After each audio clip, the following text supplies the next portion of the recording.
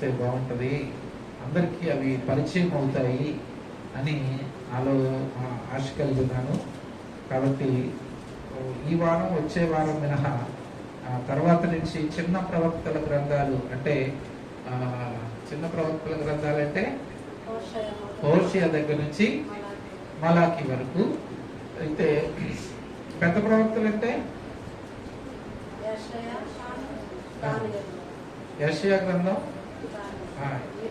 ఇర్మియా, ఎస్కేలు, దానియేలు, మొత్తం విలాప వాక్యాలు దాంట్లో. కాబట్టి 5 గ్రంథాలు. అది పెద్ద ప్రవక్తలు 4 కాబట్టి 4 అంటారు. విలాప వాక్యాలు ఎవరు రాశారు? విలాప వాక్యాలు అన్ని పెరుసకు తెలుసు, పెరుసకు కొద్దిగా సైలుకుంటే మిగిలిన మాట ఎంతమని ఆశ. దేవునికి స్తోత్రం, హల్లెలూయా. విలాప వాక్యాలు ఎవరు రాశారు చెప్పండి? బైబిల్లో మొదట 5 పుస్తకాలు ఏమంటారు తెలుసా? ఏమంటారు చెప్పండి? 5 పుస్తకాలు, 5 కాండాలు కదా. ఏం చెప్పండి? ధర్మశాస్త్రము. యూదులు దాన్ని ధర్మశాస్త్రము అంటారు. కనుక మనం చూస్తే దాన్ని పంచగ్రంథాలు, గ్రీక్ లో పెంటట్యూక్ అంటే అంటే 5 గ్రంథాలు అంటారు. తర్వాత గ్రంథాలు వచ్చేప్పటికి యెహోషువ దగ్గర నుంచి ఎస్తేరు వరకు ఏ గ్రంథాలు తెలుసా? వాళ్ళు కూడా చెప్పనే ఉంటే స్తోత్రం చేద్దాం. వాళ్ళు చెప్పకపోతే అప్పుడు మీకు అవకాశం ఇస్తాను. నేను చెప్పను, మీకే అవకాశం ఇస్తా. స్తోత్రం చెప్పండి, హల్లెలూయా. చూడండి, ఏ గ్రంథాలు చెప్పండి? చరిత్ర గ్రంథాలు. చరిత్ర గ్రంథాలు అంటే యెహోషువ గ్రంథం నుంచి ఎక్కడి దాకా? ఎస్తేరు. యోబు గ్రంథం నుంచి పరమగీతాలు, పరమగీతం, ఆ తర్వాత ప్రసంగి, పరమగీతాలు, పరమగీతాల వరకు. కనుక వీటిని ఏమంటారంటే పొయిటికల్ బుక్స్ అంటే కావ్య గ్రంథాలు. తర్వాత పెద్ద ప్రవక్తల గ్రంథాలు, తర్వాత చిన్న ప్రవక్తల గ్రంథాలు. కొత్త నిబంధనలోకి వచ్చేపాటికి చెప్పండి సువార్తలు. ఏంటి సువార్తలు? 4. తర్వాత దాన్ని ఏమంటారు? దాన్ని సంఘ చరిత్ర, ప్రారంభ గ్రంథం, సంఘ చరిత్ర. అక్కడి నుంచి ప్రారంభమవుతుంది. తర్వాత ఉన్న గ్రంథాలన్నీ దాదాపు యూదా గ్రంథాలు. దాన్ని ఏమంటారు చెప్పండి? పత్రికలు. పత్రికలు 2 భాగాలు ఉన్నాయి. ఒకటి పౌలు పత్రిక. ఏ పత్రికలు చెప్పండి? పౌలు పత్రికల్లో మరలా చెరసాల పత్రికలు ఉన్నాయి. ఏ పత్రికలు చెప్పండి? చెరసాల పత్రికలు ఏంటి? Prison epistles. అది చెరసాలలో లేదు. చెరసాల పత్రిక చెప్పాలి. బైబిల్ రైడింగ్ చేసిన చెప్పాలి. అది కాపర పత్రికలు. గలతీ దగ్గర నుంచి స్టార్ట్ అవుతుంది. గలతీ, ఎఫెసీ, ఫిలిప్పీ, కొలస్సీ. ఈ 4 ప్రిజన్ ఎపిస్టల్స్ అంటే చెరసాలలో ఉండి రాశారు అన్నమాట పౌలు. కాపరి పత్రికలు అక్కడ చెప్పారు కదా, దగ్గర తిమోతి, తీతు పత్రిక కూడా. దేవునికి స్తోత్రం చెప్దాం, గట్టిగా చెప్పండి. పౌలు మొత్తం ఎన్ని రాశాడు?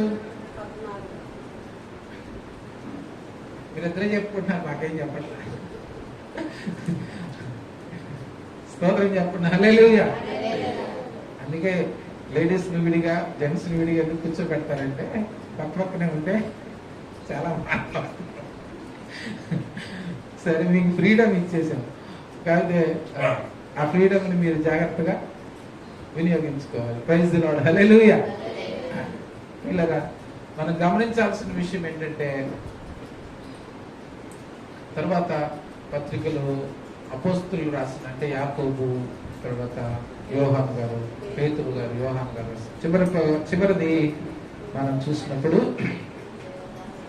ప్రకటన గ్రంథాన్ని మనం దానియేలు గ్రంథాన్ని, ప్రకటన గ్రంథాన్ని మనం ధ్యానం చేసాం. దానియేలు గ్రంథంలో మరి దేవుడు దానియేలుకు బయలుపరిచిన విషయాలను యోహాను, అంటే దానియేలు గ్రంథంలో ముద్రించబడిన విషయాలను నువ్వు అంత్యకాలం వరకు వీటిని ఏం చెయ్యి, మామూలుగా పెట్టు, చెప్ప తీసేయండి. ప్రైజ్ ది లార్డ్, హల్లెలూయా.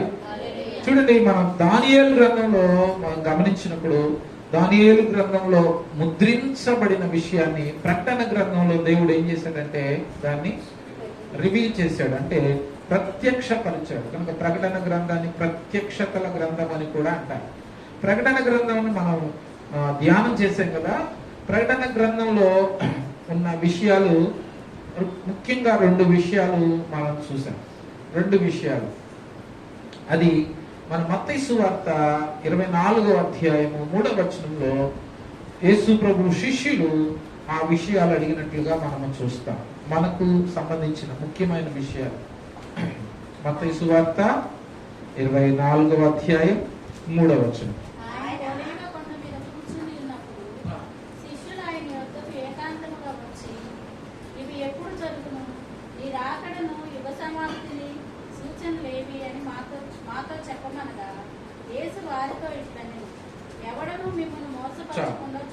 ప్రార్థన చేస్తున్నాం. ప్రేమ గల తండ్రి, పరిశుద్ధులైన మా ప్రభువా, నీ పరిశుద్ధ నామానికి వందనాలు.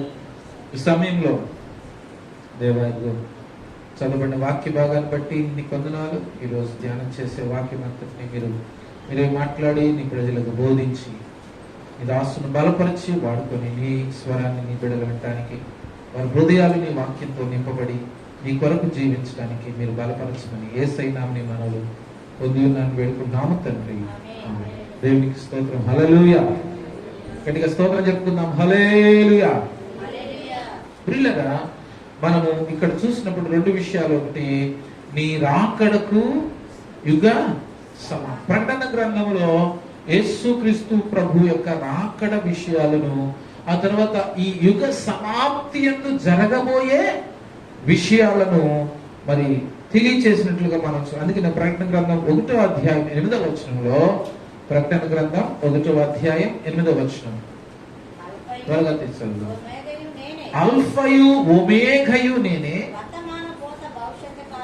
వర్తమాన భూత భవిష్యత్ కాలములలో ఉండువాడను నేనే, సర్వాధికారియగు ప్రభు దేవుడు నాకు ప్రభువు చెప్పుచున్నాడు. దేవునికి స్తోత్రం చెప్తాం, హల్లెలూయా. కనుక ఇక్కడ మనం గమనించినప్పుడు సర్వాధికారి అయిన దేవుడు నాకు ప్రభువు. ఎవరు ప్రభువు అంటే ఎవరు? యేసుక్రీస్తు వారు.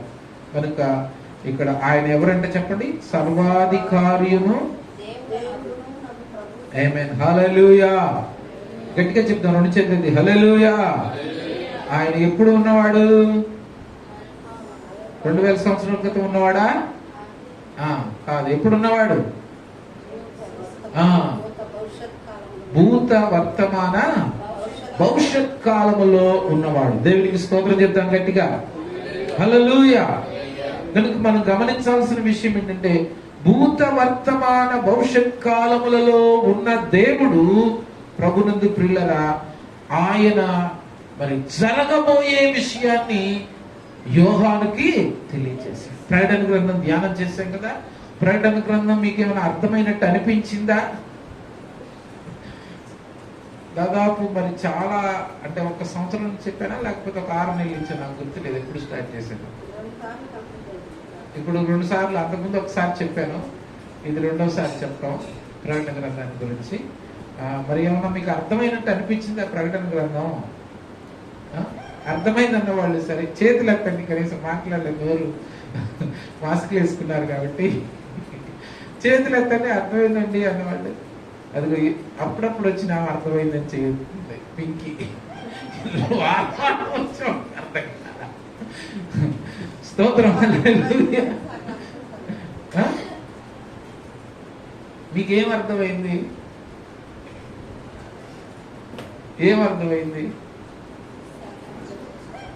మీకు తెలిసింది చెప్పండి.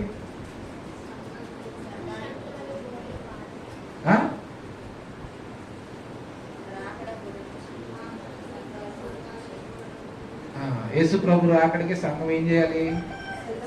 సిద్ధపడాలి. తర్వాత లోకంలో ఏం కలుగుతాయి? శ్రమలు. ఎన్నేళ్ళు? 7 ఏళ్ళు శ్రమలు కలుగుతాయి కదా.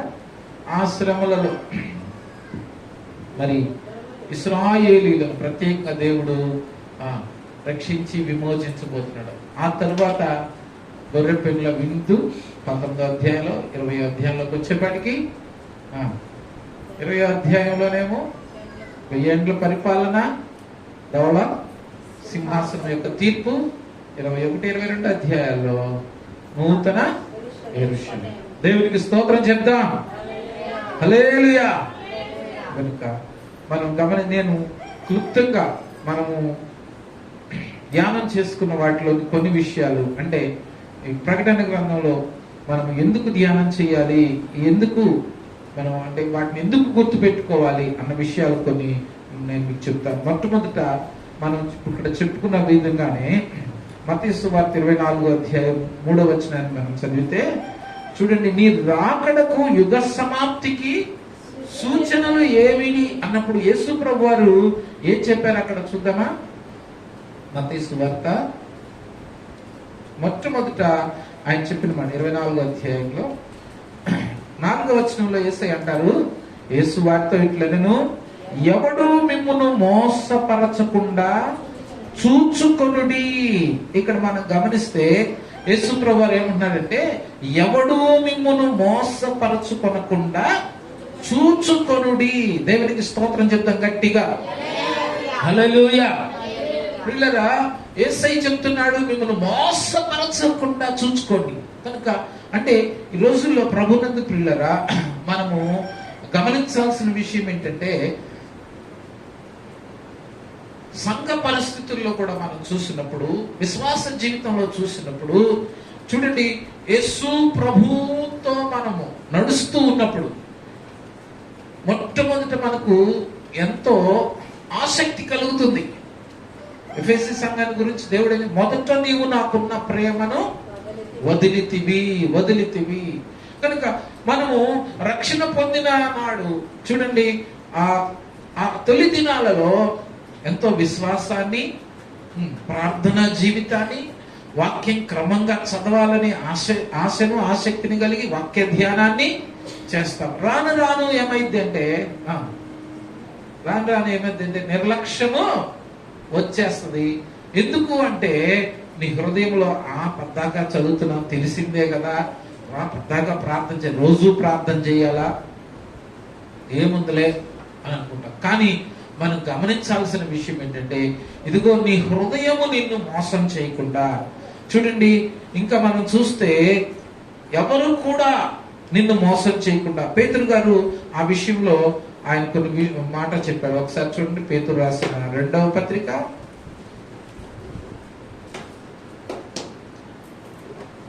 3వ అధ్యాయం వచనంలో మరచిపోకండి,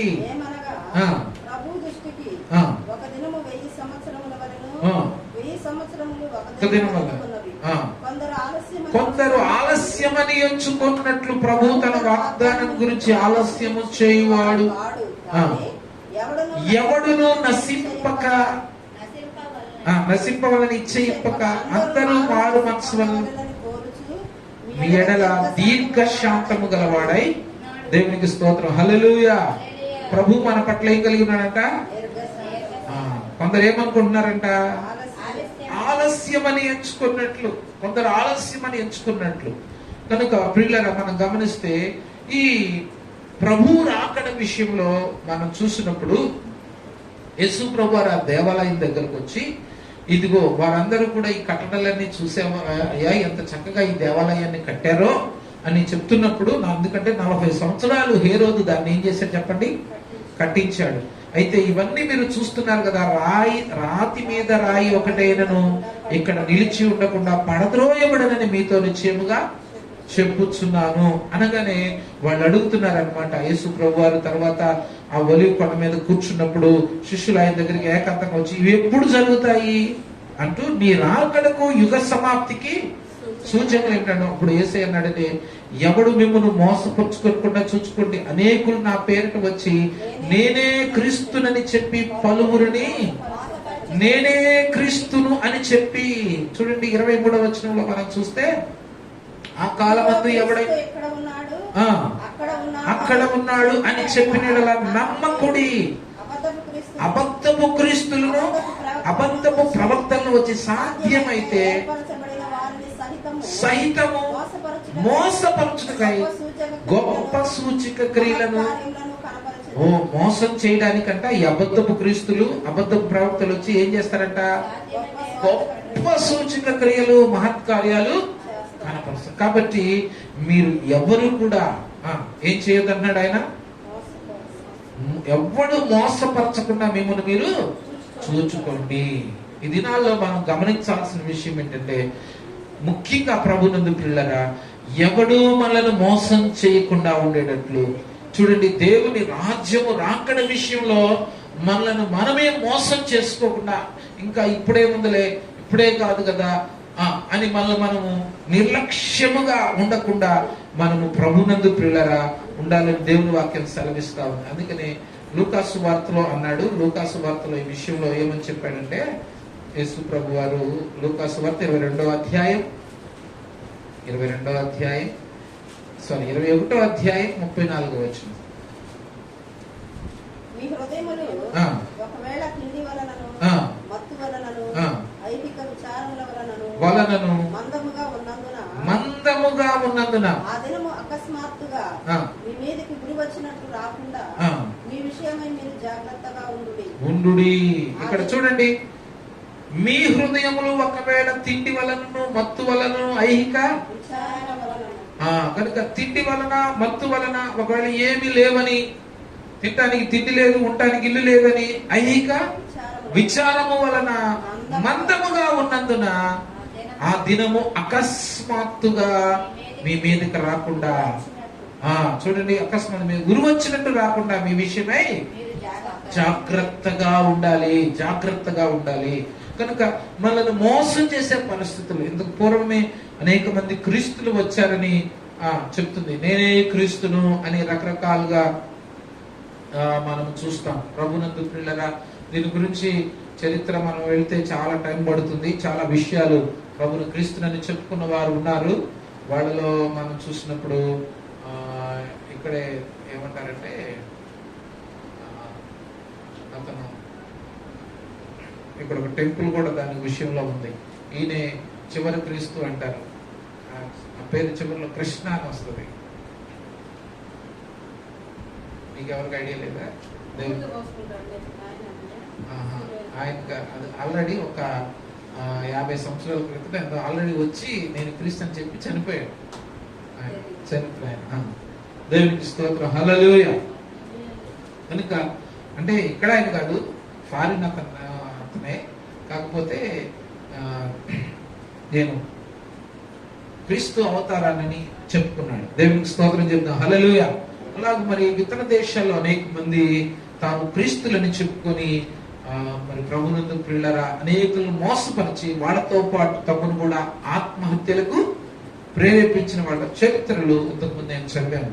అయితే ఇప్పుడు మనం గమనించాల్సిన విషయం ఏంటంటే, చూడండి, చాలా మంది ఇక్కడ అన్నాడు కదా, పలువురు అనేక మంది అబద్ధపు క్రీస్తులు అబద్ధపు ప్రవక్తలు వస్తారు, సూచక్రియలు చేస్తారు, జాగ్రత్తగా ఉండాలి.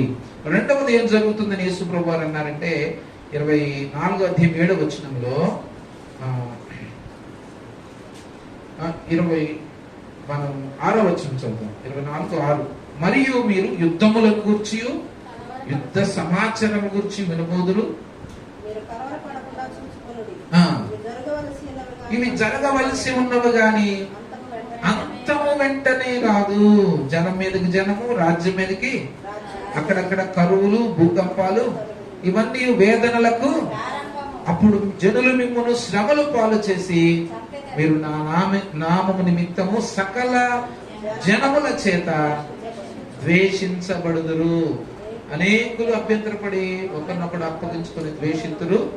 అనేకులైన అబద్ధ ప్రవక్తలు వచ్చి పలువురిని మోసము అక్రమం విస్తరించు చేత అనేకుల అంతం వరకు సహించిన వాడే మరియు ఈ రాజ్య సువార్త సకల జనులకు సాక్షార్థమై లోకమందంతట అటు తరువాత ఆమేన్ హల్లెలూయా.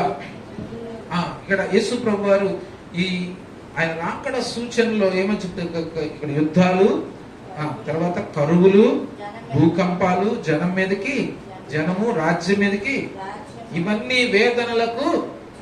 కనుక ఇప్పుడు మనం జరుగుతున్నవన్నీ ఏంటంట?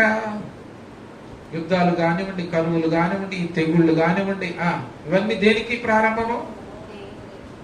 ప్రారంభం. అంతేగాని అంతము వెంటనే రాదు. ఎప్పుడు వస్తుందంటే అంతము 14వ వచనంలో ఈ రాజ్య సువార్త సకల జనులకు లోకమందంతటా ప్రకటింపు అటు తరువాత అంతము వచ్చును. దేవునికి స్తోత్రం చెప్తాం గట్టిగా, హల్లెలూయా. ఈ రాజ్య సువార్త ఏం చేయబడాలంట? అంతటా ప్రకటింపబడాలి. ఈ దినాల్లో దేవుడు మనలను ప్రభునందు ప్రియులరా ఆయన బలపరిచి తన ఆత్మతో అభిషేకించి దేవుని కొరకు అపోస్తులు నాడు ఏ విధంగా ఉజ్జీవంతో చూడండి ఆయన గురించి ప్రకటించారో, ఈ దినాల్లో కూడా దేవుని గురించి మనం అలాగూ ప్రకటించబడాలి. దేవునికి మహిమ కలుగును గాక, హల్లెలూయా. దేవునికి స్తోత్రం చెప్తా. కనుక నువ్వు దేవుని కొరకు ఒక బలమైన సాక్షిగా మారాలి. చూడండి లోకమందంతటా ఈ సువార్తను సకల సాక్షార్థంగా ప్రకటించాలి. కనుక అటు తరువాత అంతము వస్తుంది. కనుక మనం ఆలోచన చేయాల్సిన విషయం ఏంటంటే చూడండి కరువులు, భూకంపాలు. ఇంకా మనం చూస్తే చూడండి 29వ వచనంలో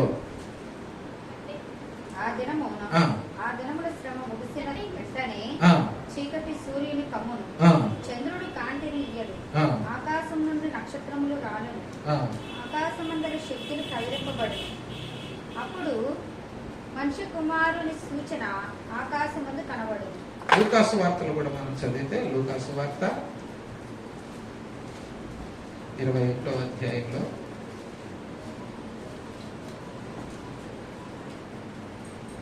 26వ వచనం ఆకాశమందలి శక్తులు కదిలింపబడును, లోకం మీదికి రాబోచున్న వాటి విషయమై భయం కలిగి మనుషులు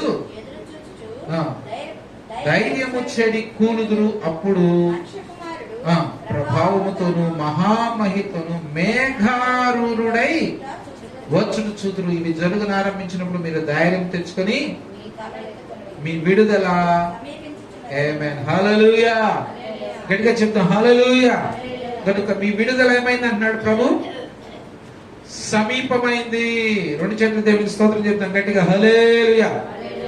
కనుక ఇక్కడ మనం గమనించాల్సిన విషయం ఏంటంటే సంఘము యొక్క కాలాన్ని గురించి మరి చాలా మందికి చాలా సందేహాలు ఉన్నాయి. చాలా సందేహాలు.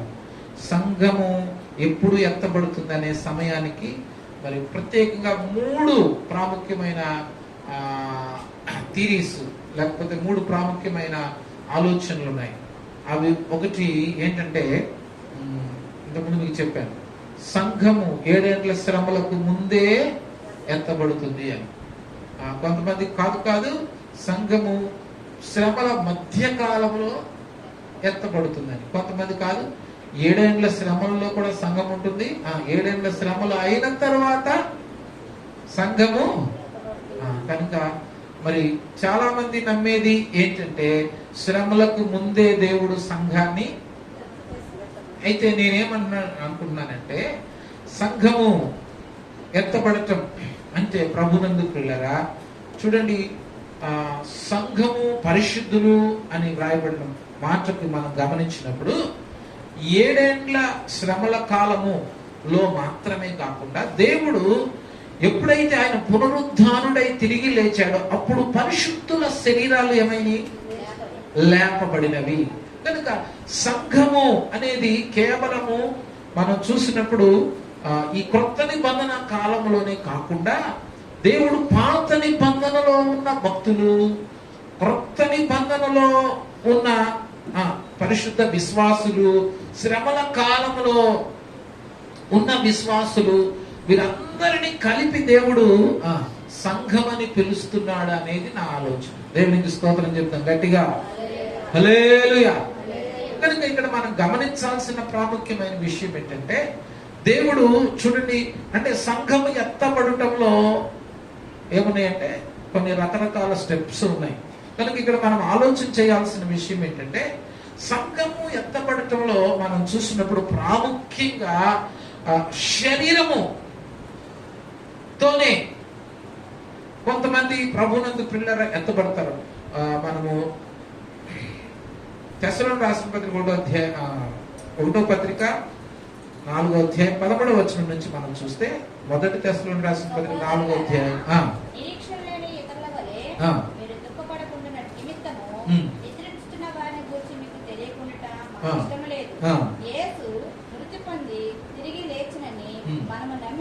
నమ్మిన ఎడల అదే ప్రకారము యేసునందు నిద్రించిన వారిని దేవుడు ఆయనతో కూడా వెంటబెట్టుకుని వచ్చెను. మేము ప్రభువు మాటను బట్టి మీతో చెప్పినది ఏమనగా, ప్రభువు రాకడ కొరకు సజీవులమై నిలిచిండు మనము నిద్రించిన వారి కంటే ముందుగా ఆయన సన్నిధి చేరము.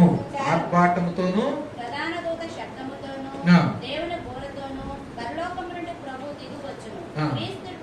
క్రీస్తునందు మృతులైన వారు మొదట లేతురు, ఆ మీదట సజీవులమై నిలిచిన మనము వారితో కూడా ఏకముగా ప్రభువును ఎదుర్కొనుటకు ఆకాశ మండలమునకు మేఘముల మీద కనుకోబడుతున్న కాగా మనము సదాకాలము ప్రభువుతో కూడా ముందుకు. ఇక్కడ మనం గమనించినప్పుడు పౌలు గారు ఈ విషయాన్ని కొంత తేటగా ఇక్కడ చెప్పినట్లుగా మనం చూస్తున్నాం. సంఘము ఎత్తబడే సమయాన్ని మనం చూసినప్పుడు ప్రభువు రాకడ వరకు 15వ వచనం చూడండి. ప్రభు మాటను బట్టి మేము చెప్పినది ఏమనగా, ప్రభువు రాకడ వరకు సజీవులమై నిలిచిండు మనము నిద్రించిన వారి కంటే ముందుగా ఆయన సన్నిధికి ప్రభు ఆర్భాటముతోను ప్రధాన దూత దేవుని బూరతోను పరలోకం నుండి ప్రభువు క్రీస్తునందు మృతులైన వారు మొదట. కనుక యేసు ప్రభు వారు సంఘం కొరకు వచ్చినప్పుడు చూడండి, ఈ రాప్చర్ అంటే ఎత్తబడటంలో ప్రభునందు పిల్లల ఆర్భాటముతోను ప్రధాన దూత. కనుక ఈ ప్రస్తుతము ఈ సంఘ కాలంలో మనం గమనించాల్సిన విషయం ఏంటంటే, ప్రభువు చూడండి ఆయన మధ్యాకాశమునకు వచ్చి ఆర్భాటంతో ప్రధాన దూత శబ్దముతో దేవుని బూరతో ఆయన వచ్చినప్పుడు చూడు, క్రీస్తులైన వారు ఆ బూర శబ్దము విని క్రీస్తునందు మృతులైన వారు ఆ మీద సజీవులమై నిలిచి ఉంటూ మనము. కనుక ఈ విషయాన్ని దాదాపు క్రైస్తవ సమాజంలో ఎక్కువ శాతం నమ్మేది చూడండి, యేసు ప్రభు వారు శ్రమల కాలం కంటే ముందుగానే వస్తాడు. ఆ యేసు ప్రభు వారు వచ్చి సంఘాన్ని తీసుకువెళ్ళిన తరువాతే 2వ తెస్సలోనికీయులకు రాసిన పత్రికలో ఆ మాట ఉంటుంది, పరిశుద్ధాత్ముడు సంఘాన్ని తీసుకొని వెళ్ళిపోయిన తర్వాతే క్రీస్తు విరోధి వస్తాడు, క్రీస్తు విరోధి బయలుపరచబడతాడు అని దాదాపు ఎక్కువ మంది క్రైస్తవ సమాజం నమ్మేది. దేవునికి స్తోత్రం చెప్పండి గట్టిగా, హల్లెలూయా.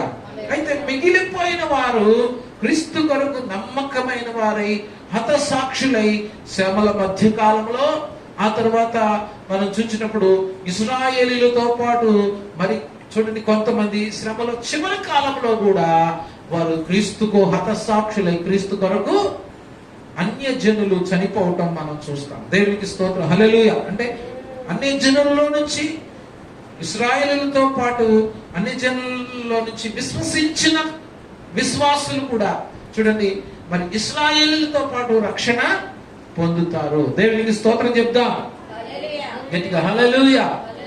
ఇదంతా సార్వత్రికమైన సంఘము. ఏ సంఘం చెప్పండి? పాత నిబంధనలో భక్తులు, నూతన నిబంధనలో మరి పరిశుద్ధులు. చూడండి, ప్రధాన దూత శబ్దంతో ప్రభు వచ్చినప్పుడు ఎత్తబడిన వారు, ఆ తర్వాత 7 ఏళ్ల శ్రమల కాలంలో మధ్యలో కానివ్వండి చివరి కానివ్వండి రక్షింపబడిన వారు. దేవునికి స్తోత్రం చెప్తాం గట్టిగా, హల్లెలూయా. అందరూ చెప్పండి గట్టిగా, హల్లెలూయా. 7 ఏళ్ల శ్రమల మధ్య కాలంలో ఎవరు వస్తారు అని మనం చూసినప్పుడు అక్కడ మనము ప్రకటన గ్రంథము 14వ అధ్యాయం అనుకుంటా, మనం దాన్ని ధ్యానం చేశాం. ఎవరు వస్తారు ఈ భూమి మీదకి? 11వ అధ్యాయం, సారీ,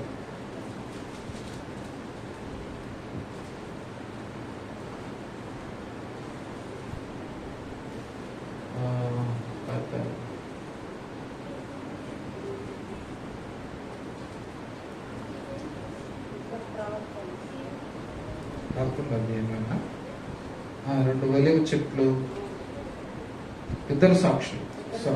11వ అధ్యాయం 3వ వచనంలో నేను నా ఇద్దరు సాక్షులకు అధికారము ఇస్తాను. అక్కడ 42 నెలలు పరిశుద్ధ పట్టణమును కాలుతో త్రొక్కుదురు. ఆ తర్వాత చూడండి, మరి మాట మనం చూస్తే 3వ అధ్యాయంలో వారు గోనెపట్ట ధరించుకుని 1260 దినములు కనుక 42 నెలలన్నా 1260 ఒకటే 3.5 సంవత్సరాలు. 42 నెలలన్నా 3.5 సంవత్సరాలు, 1260 అన్న 1 సంవత్సరం. కనుక అప్పుడు ఎవరు వస్తారు? ఆయన నా ఇద్దరు సాక్షులు. ఇద్దరు సాక్షులు మనం ఏం చెప్పాము? ఎవరు అనుకున్నాము? మోషే, ఏలియా అని చెప్పబడ్డారు. కొంతమంది ఏమనుకుంటారంటే హానోక్ అయి ఉండవచ్చు అని అనుకుంటారు. ఏదేమైనప్పటికీ ప్రభునందు ప్రియ దేవుని బిడ్డలారా, గమనించాల్సిన విషయం ఏంటంటే, చూడండి, వీళ్ళు చనిపోయే దినాలు అందరికీ కనబడిన తర్వాత వీళ్ళు శరీరముతో మరలా వాళ్ళు ఏమవుతారంటే ఆ శరీరాలకు జీవం వచ్చి వాళ్ళు ఎత్తబడటము అందరూ కూడా చూస్తారు. దేవునికి స్తోత్రం చెప్దాం. హల్లెలూయా. కనుక మనం గమనించాల్సిన విషయం 11వ వచనంలో ఆ మాట ఉంది. అయితే 3.5 దినములైన పిమ్మట దేవుని యొద్ద నుండి జీవాత్మ వచ్చి వారు నిలిచిరి, వారిని చూసి ఇక్కడికి ఎక్కినంటే పరలోకం నుండి గొప్ప స్వరము మేఘారులై పరలోకమునకు వారు పోచుండగా, ఆ తర్వాత మనం గమనిస్తే 3.5 సంవత్సరాలు ప్రభునందు ప్రియ దేవుని బిడ్డలారా, మరి భూమి మీద భయంకరమైన శ్రమలు అంటే 7 పాత్రలు కుమ్మరించబడటం మనము తర్వాత చూస్తాము. దేవునికి స్తోత్రం. హల్లెలూయా. అవన్నీ మనం ధ్యానం చేశాం.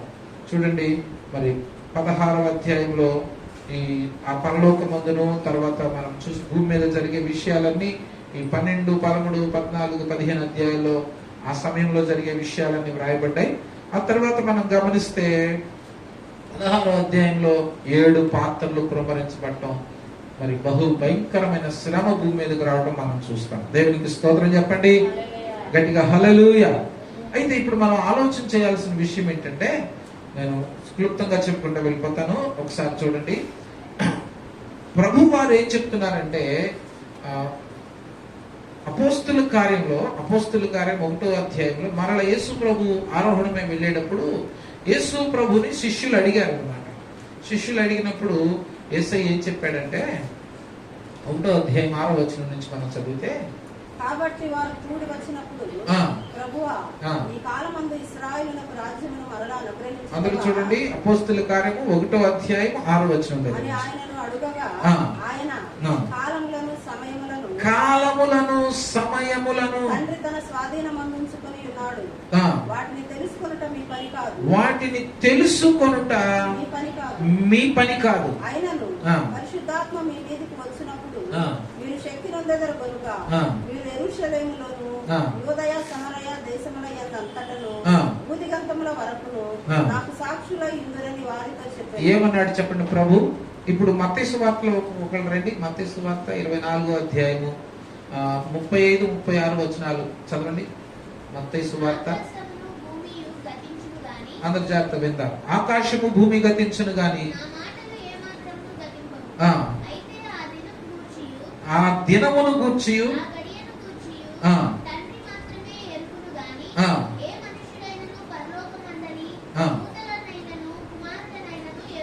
ఎరుగరు. ఇక్కడ ఏమని చెప్తున్నారు చెప్పండి ప్రభు వారు? ఎవరు తెలుసంట? ఆ దినమును గుర్చి అయినను ఆ గడియను గుర్చి తండ్రి మాత్రమే, ఏ మనుషుడైనా పర్లకు దూతలైనను కుమారుడైనను. ఆమె స్తోత్రం చెప్తాం. హల్లెలూయా. కనుక ఇప్పుడు ప్రభు వారు ఏమన్నారు? తన తండ్రి తన స్వాధీనంలో ఉంచుకున్నాడు, అది తెలుసుకోవడం. కానీ ఇప్పుడు మనం ఎక్కడ సోషల్ మీడియాలో కానీ ఎక్కడ చూసినా యేసు ప్రభు రాకడ ఎప్పుడు వస్తుంది, ఎప్పుడు వచ్చేస్తుంది అని చాలా హడావిడి మనం చూస్తాం. కానీ యేసు ప్రభు రాకడ విషయంలో ప్రభునందు ప్రియులారా మనము ఆ సమయాన్ని తెలుసుకోవడం ముఖ్యం కాదు, కానీ ఆ జరుగుతున్న సూచనలు బట్టి మనము ఆ కాలము సమీపంగా ఉందని తెలుసుకోండి. ఆ విషయాన్ని గురించి మనం లూకాసు వార్తలో ప్రభు చెప్పిన మాట మనం చూస్తే, లూకాసు వార్త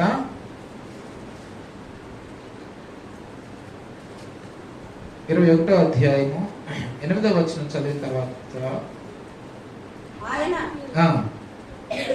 ఇందాక చదువుకున్నమాట చదవండి. చూసుకోండి, మోసపోకుండా చూసుకోండి.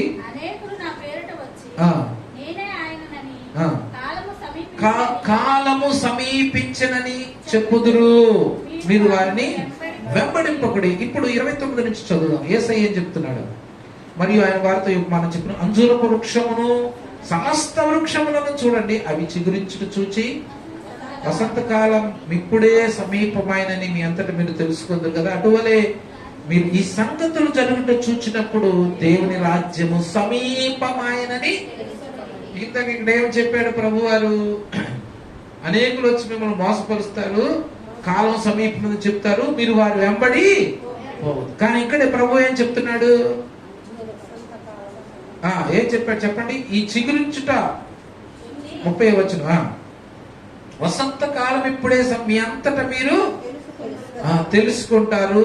చూడండి, అటువలే జరుగుటం చూచినప్పుడు దేవుని రాజ్యము సమీపించనని తెలుసుకోండి. దేవునికి స్తోత్రం చెప్తాం గట్టిగా, హల్లెలూయా.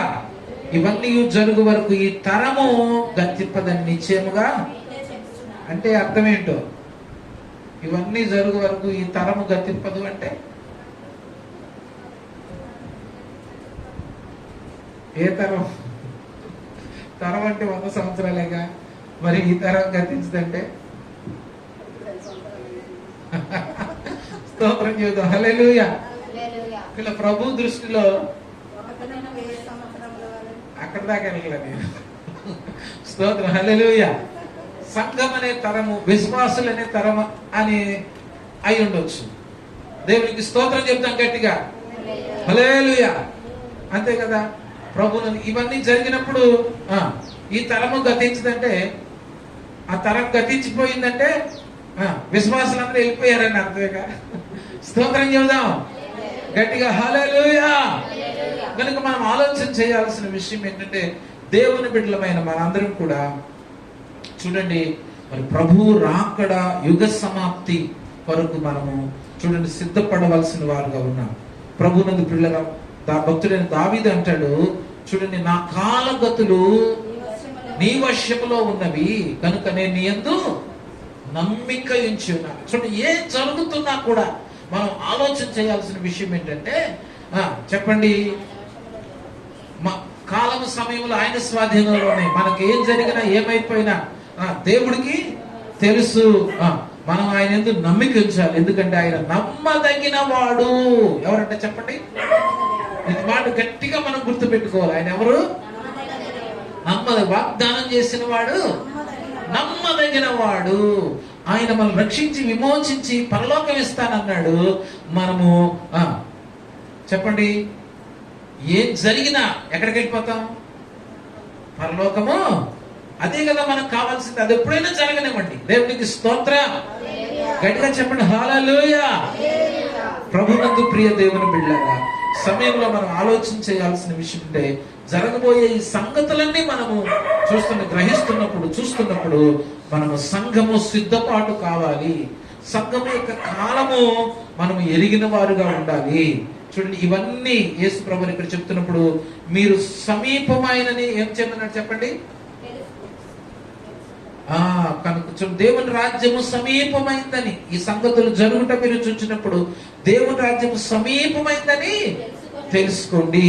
ఇవన్నీ జరుగు వరకు ఈ తరము గతింపదని. స్తోత్రం చెప్పండి గట్టిగా, హల్లెలూయా.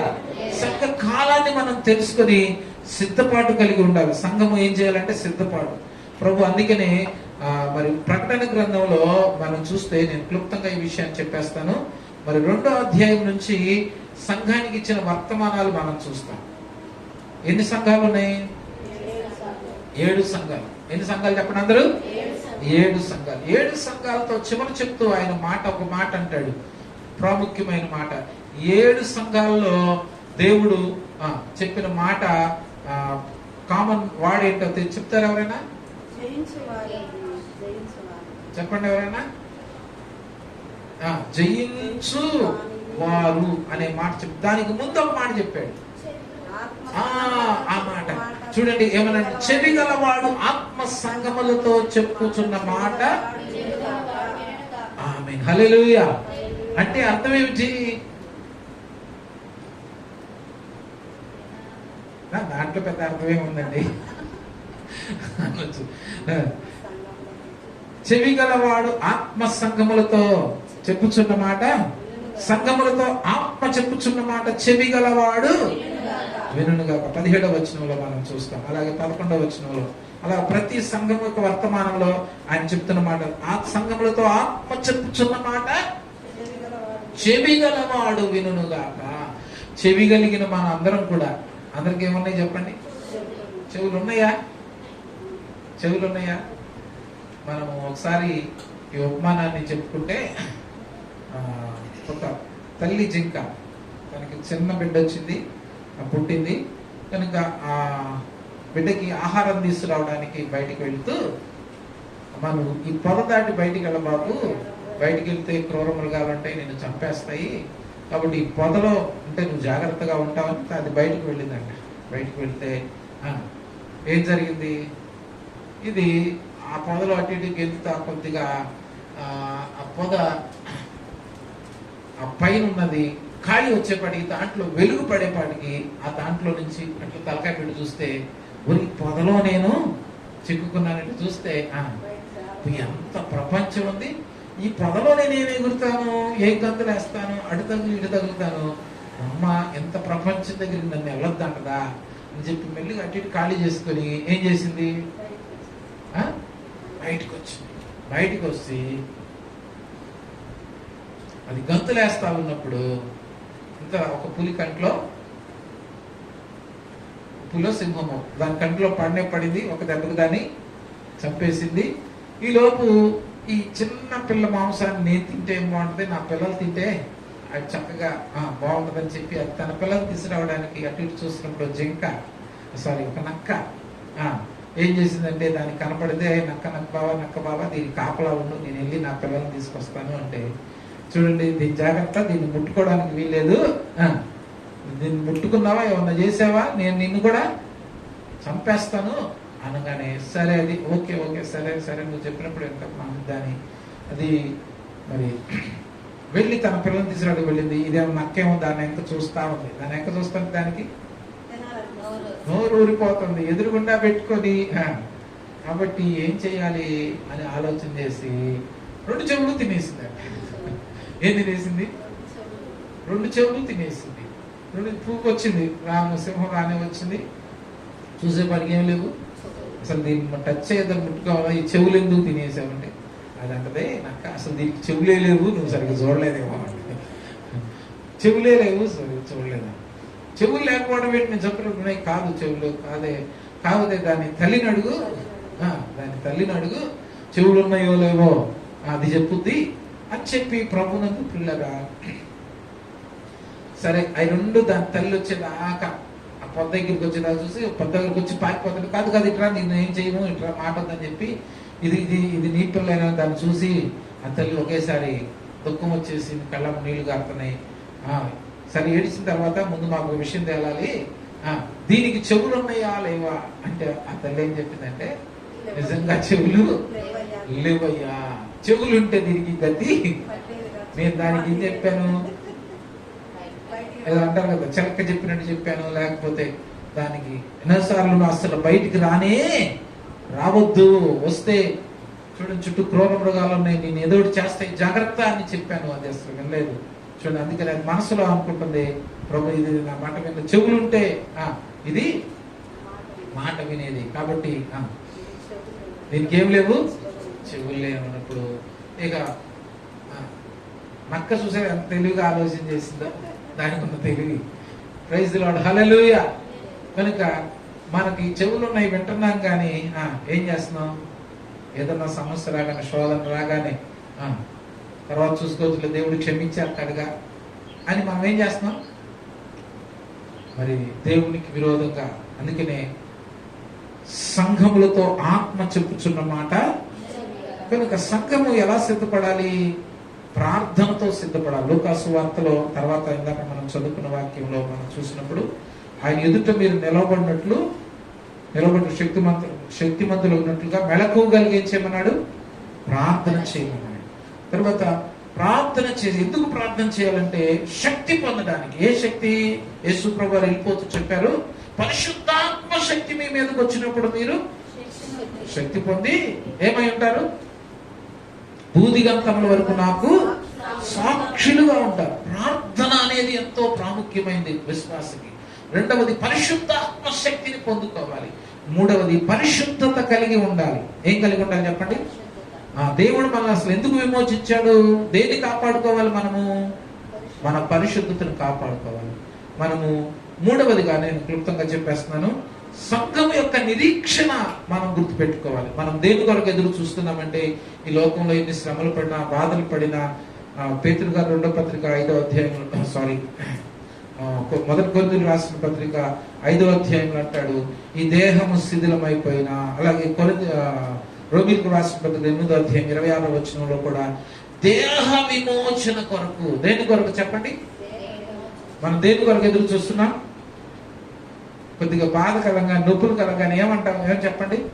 అంతా బాగున్నప్పుడు ఇంకా బాగుంటే బాగుండు, దేవుని కొరకు వాడబడితే బాగుండు అనుకుంటాం. కొద్ది బాధ రాగానే ప్రభువా నన్ను తీసుకెళ్ళిపో ఏమంటాం చెప్పండి? అంటే దేని కొరకు ఎదురు చూస్తున్నాం? నిజంగా భయపడం. శ్రమ వచ్చినా, కష్టం వచ్చినా, ఇబ్బంది వచ్చినా మనం చూడండి, దేవుని యందు సంపూర్ణ విశ్వాసంగా భయపడతారా? దేని కొరకు ఎదురు చూస్తున్నాం? దేహ విమోచన కొరకు. ఆయన మహిమ దేహాన్ని ఆ మహిమ దేహం కొరకు మనం ఎదురు చూస్తున్నాము. రెండవది, ఎవరి కొరకు ఎదురు చూస్తున్నాం మనము? ఎవరి కొరకు చెప్పండి? ప్రభు కొరకు. పెండ్లి. మన నిరీక్షణ ఏంటంటే మన దేహం విమోచించబడేది. చూడండి, మన పెండ్లి కుమారుని కొరకు. ఎక్కడికి వెళ్ళడానికి మనము చూడండి, మనం ఎక్కడ ఉండాలని ఆశపడుతున్నాము? యేసు ప్రభువు అన్నాడు, స్థలము. యోహాను సువార్త 14వ అధ్యాయంలో ఇదిగో పరలోక పట్టణం కొరకు. దేని కొరకు చెప్పండి? నూతన యెరూషలేము కొరకు. ఎక్కడ ఉండాలి మనము? కనుక ఈ సమయంలో ప్రభు ఈ 3 విషయాలు మన హృదయంలో పెట్టుకోవాలి. దేహ విమోచన. కనుక ఈ దేహం ఎవరిది? దేవుడిది. దేవునికి స్తోత్రం, హల్లెలూయా. కాబట్టి ఇది మన సొత్తు, మీరు మీ సొత్తు కాదు, విలువ పెట్టి కొనబడిన వారు. కనుక ఈ దేహము విమోచించబడ్డం కొరకు మనం ఎదురు చూస్తున్నాము. రెండోది, దేవుని చూడండి, ప్రభు యొక్క పెండ్లి కుమారుడు కొరకు మనం ఎదురు చూస్తున్నాం. ఆయన వచ్చినప్పుడు పెండ్లి కుమారుని ఎదుర్కొనే బుద్ధి గల కన్యకల వలె. దేవునికి స్తోత్రం, హల్లెలూయా. చూడండి, యజమానుడు కొరకు ఎదురు చూచే దాసుల వలె ఆయన వచ్చినప్పుడు ఏ దాసుడు మెలకుగా ఉంటే ఆయన చూస్తున్నాం, ఆ దాసుడు. ఆమేన్, హల్లెలూయా. తర్వాత దేని కొరకు ఏదంటే ఆయన మనకు ఒక స్థలము సిద్ధపరుస్తున్నాడు. దేవునికి స్తోత్రం. ప్రభునందు ప్రియులారా, మనకు ఒక నిరీక్షణ ఉంది సంఘానికి. ఏం చెప్పండి? ఒక కనుక దాని కొరకు మనము సిద్ధపాటు కలగాలి. ఈ సంఘ కాలాన్ని మనము ఎరగాలి. అందుకొరకే చూడండి, ప్రకటన గ్రంథాన్ని మనము ధ్యానం చేయాలి. చూడండి, ఈ విషయాలు మనం గుర్తుపెట్టేసుకోవాలి. మనం ధ్యానం చేసిన విషయాలు మనం హృదయంలో ముద్రించుకోవాలి. ఎందుకు ముద్రించుకోవాలంటే ఆ సమయాన్ని మనం తెలుసుకోవాలి. ఆ విషయాన్ని మనం తెలుసుకొని ఎప్పుడు ఎలా ఉండాలంటే బీ రెడీ. ఎప్పుడు కూడా ఒకసారి మొన్న క్లాస్ ఏదో జరుగుతుంది, గ్రీక్ క్లాస్ ఏదో సంథింగ్, జాషువాకి వాళ్ళ సారు, నేను ఈ విషయాన్ని మీరు ఎప్పుడు అడిగినా చెప్పాలని రాత్రి 11:30కు ఫోన్ చేసి, నేను పొద్దున్న చెప్పు అన్నాడు. మొత్తానికి మావాడు బట్టి పెట్టాడు కాబట్టి అక్కడ చెప్పగలిగాడు మొత్తానికి. స్తోత్రం, హల్లెలూయా. కనుక మనం కూడా చెప్పండి, ఎప్పుడు ప్రభు రాకడ ఎప్పుడైనా దాని కొరకు మనము అంతేగాని అప్పుడు కాదులే, ఇప్పుడు కాదులే, ఇంకా సమయం ఉందిలే అని మనం ఏం చేయకూడదు, నిర్లక్ష్యం. ప్రభు కొరకు చక్కటి సిద్ధపాటు కలిగి ప్రార్థన జీవితము. రెండవది పరిశుద్ధాత్మ శక్తి, పరిశుద్ధత కలిగి దేవుని కొరకు సాక్షులుగా ఉండాలి. చూడండి, ప్రభు యొక్క నిరీక్షణ మనకుంది. ఈ దేహ విమోచన, దేవుడు మహిమను మనకి ఇవ్వబోతున్నాడు. పెండ్లి కుమారుడుగా ఆయన మనకు రాబోయే, ఆయన ప్రక్కనే ఉండే స్థానాన్ని ఇవ్వబోతున్నాడు. ఆ గొప్ప దివ్య నగరంలో మనం ఉండబోతున్నాం. దేవుడి మాటలు మనకి దీవించును. హల్లెలూయా. కొద్దిగా లేట్ అయింది, మనకు 10 నిమిషాలు.